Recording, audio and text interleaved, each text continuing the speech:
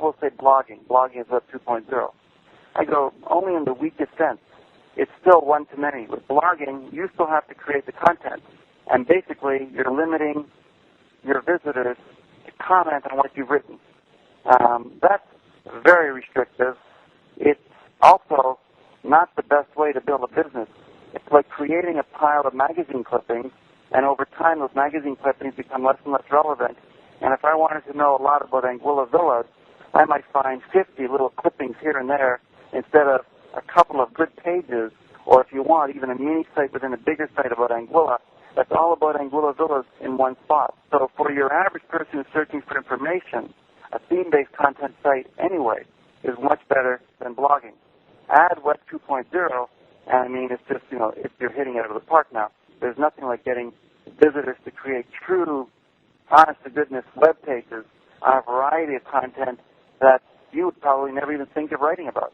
And then, on top of that, other visitors comment on what they've created. It all starts spiraling around through emails to each other. It all gets fed into your RSS feed, so other people see your site's being updated. Google sees your site's being updated. Its site has come more often. And, we've always talked about the FBI snowball and how momentum builds pre-2.0. Well, post-2.0, the snowball snowballs. It's like, it's just like we're talking about exponential growth now. So it's, a lot of people sort of, think that this has been like some sort of blueprint from day one. It hasn't, David. When you first saw Make Your Site Sell, that was supposed to be all there was. And it just kind of grew from there until finally I got frustrated when I realized that most people can read information. They just can't actually put it together and use it. That's kind of where it all came from. Yeah, I think you mentioned some key things there. Obviously, the Web 2.0 being where everything is going online at the moment, and the idea that the information that the user feeds back into the website helps grow it. It's like the user's giving back what it is that they're looking for, and that's obviously going to speak right to the other users out there who are reading that, and they're effectively getting the same information that they're looking for. I can see that snowball building. I think the way, like the few key nuggets that came out of what you just went over there for me were things like the way that you evolved as far as asking customers exactly what it is that they want and build it. Like you said, the Make Your Site Sell, when it first came out, that was kind of your end game plan. But by evolving and giving back to the customers what it is that they're asking for, very similar to Web 2.0. It's like you're giving back the information that it is that they're looking for. Then taking it down a level, you were managing to effectively measure everything. I think that's one thing that's come out for me. The way that you're so granular. I knew before that you kept an eye on those numbers, but you really can't improve what it is that you don't measure.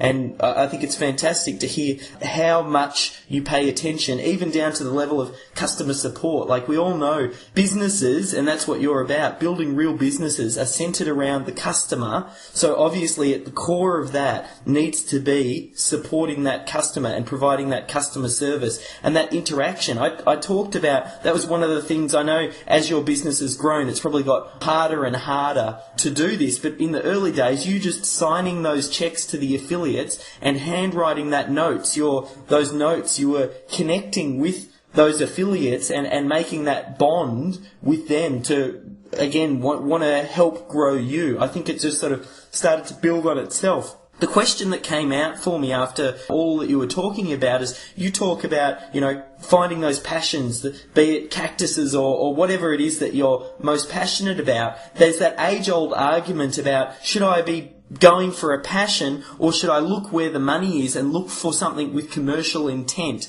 Or do you just, build it around the passion and the money will come? Well, that's my personality, and I think it's most people's personality. I mean, most people hate the job they work at, even if they're making $100,000 a year. They'd rather not be working Monday to Friday 9 to 9. And there are those lucky souls who have a job that they absolutely love. But why would you then want to go and build a business that is going to doom you to, again, resenting that I've got to sit down and create another webpage? So for me, I mean, I'm very much passion-based. I'm not interested in something. I just can't do it.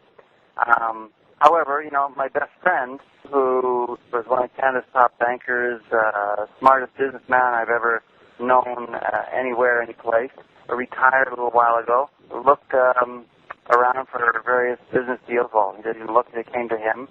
And after 2 years, do you know what business he decided to get into? No, tell me. Pizza Hut. Pizza Hut. He now owns hundreds of Pizza Hut franchisees. He travels around the world with top executives. None of this is a passion, of course. This is logistics. This is about buying a group of Pizza Huts in a given city, knowing that he can turn them around, run it better. They may be money losers, and he turns them into money makers. And for him, business is the passion. For me, it's the particular business that has to be the passion. So if you're the type of person who can make a website reviewing lawnmowers, whatever, and the closer a keyword is to a product in general, the more it's worth. The more somebody searches for a trademark, or if you're searching lawnmowers, John Deere is probably somebody who's closer to making a purchase. So writing reviews about we call them product-focused content sites, can be very lucrative. They can also be very boring. It can also be dangerous because it's getting a little overdone, and Google may start looking harder at those type of sites.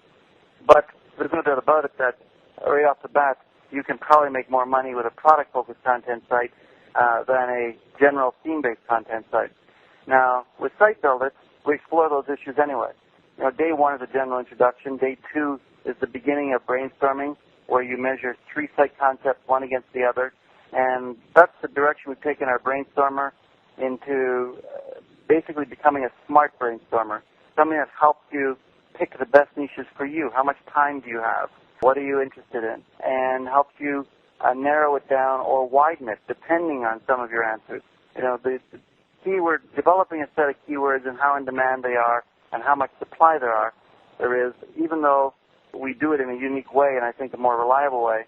Now the more important functionality is making that brainstormer smart and helping you develop a niche that maybe you're more passion-driven, maybe you're more money-driven, but at the end of the day, by the time we're taking you through day 4, you understand what your motivations are, you understand what the monetization models are going to be for this site that you have yet to pick a domain name, by the way, and you understand what the monetization potential is, not just the different ways, but roughly this should be a highly monetizable site.